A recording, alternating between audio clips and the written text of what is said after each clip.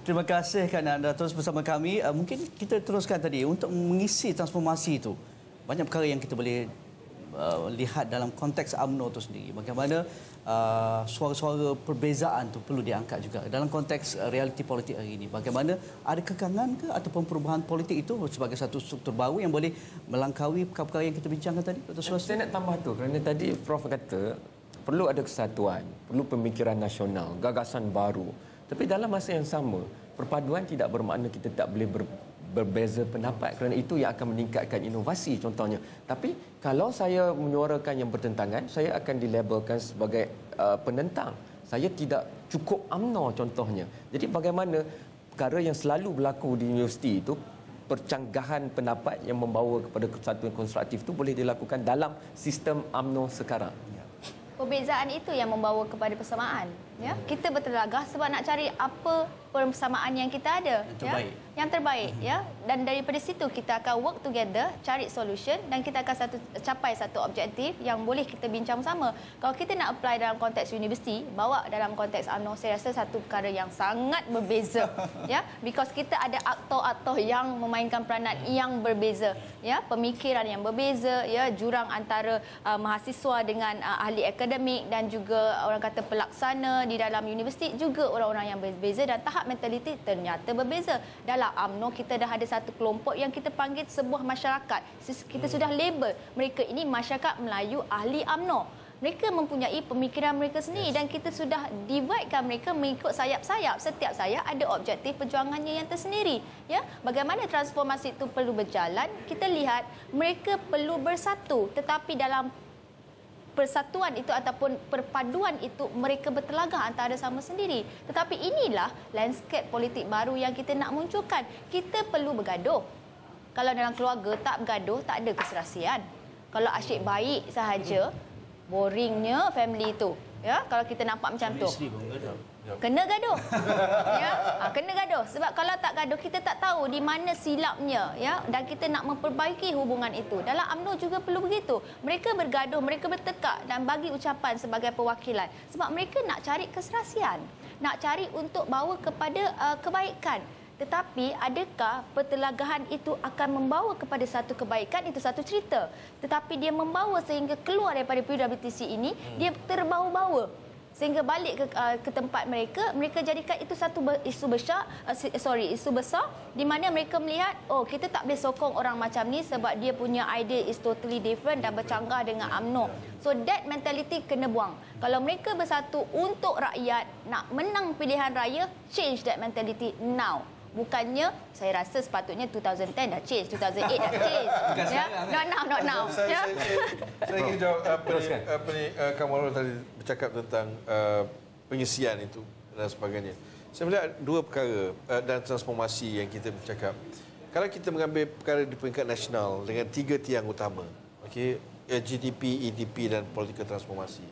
Perubahan transformasi dalam konteks UMNO juga telah dilakukan apabila perlembagaan perlembagaan baru diperkenalkan 2009. Okay, dan kita lihat bagaimana itu.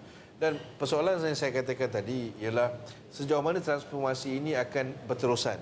Mengapa saya melihat dalam dua perkara.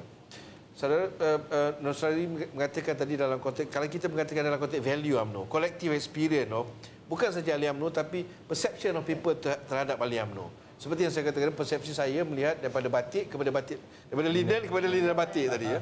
Saya melihat apakah collective experience orang pula apabila mereka deal. UMNO dilabel sebagai arrogant, very eksklusif, hanya memperjuangkan kepentingan mereka, ahli mereka dan sebagainya. Bagaimana dalam konteks transformasi yang nak dijalankan? Pada saya, mungkin saya structuralist dalam konteks itu, yang mengatakan bahawa perubahan struktur mesti berlaku untuk kita melihat kepada perubahan budaya, value, nilai. Dalam konteks ini, adakah UMNO sudah berubah? Okay?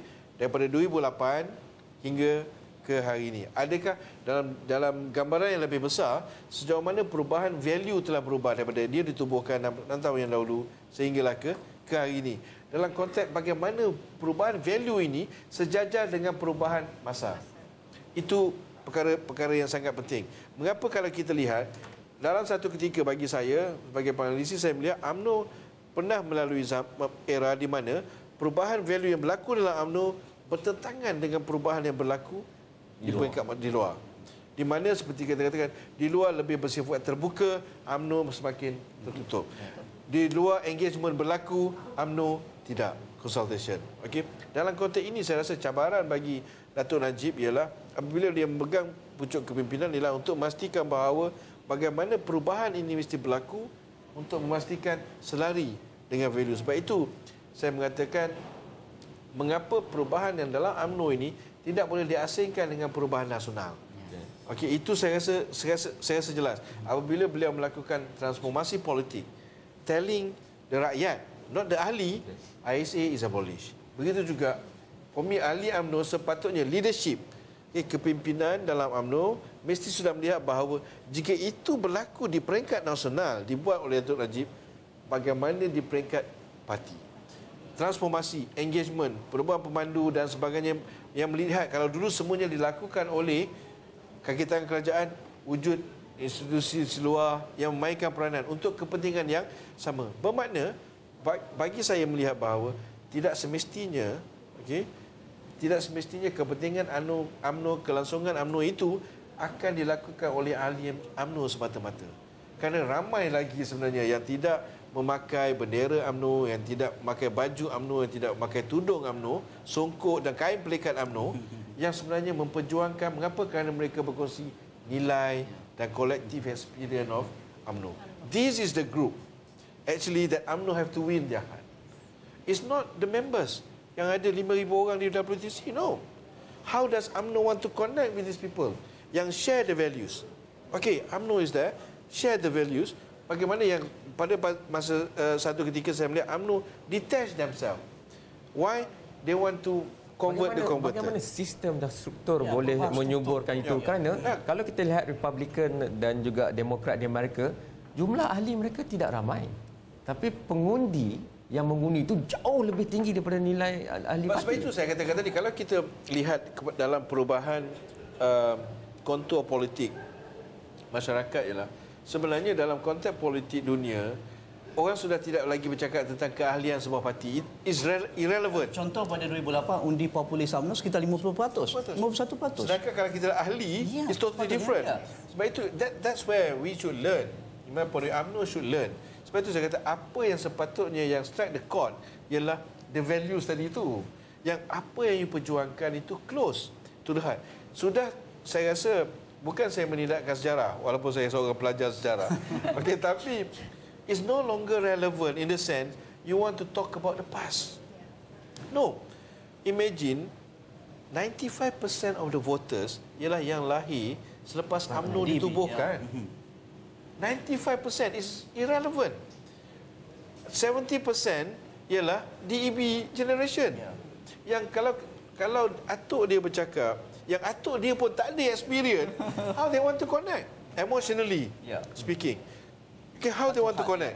So ini cabaran untuk UMNO, untuk bagaimana ahli UMNO bukan saja di MKT dan sebagainya, di peringkat cawangan, di peringkat bahagian.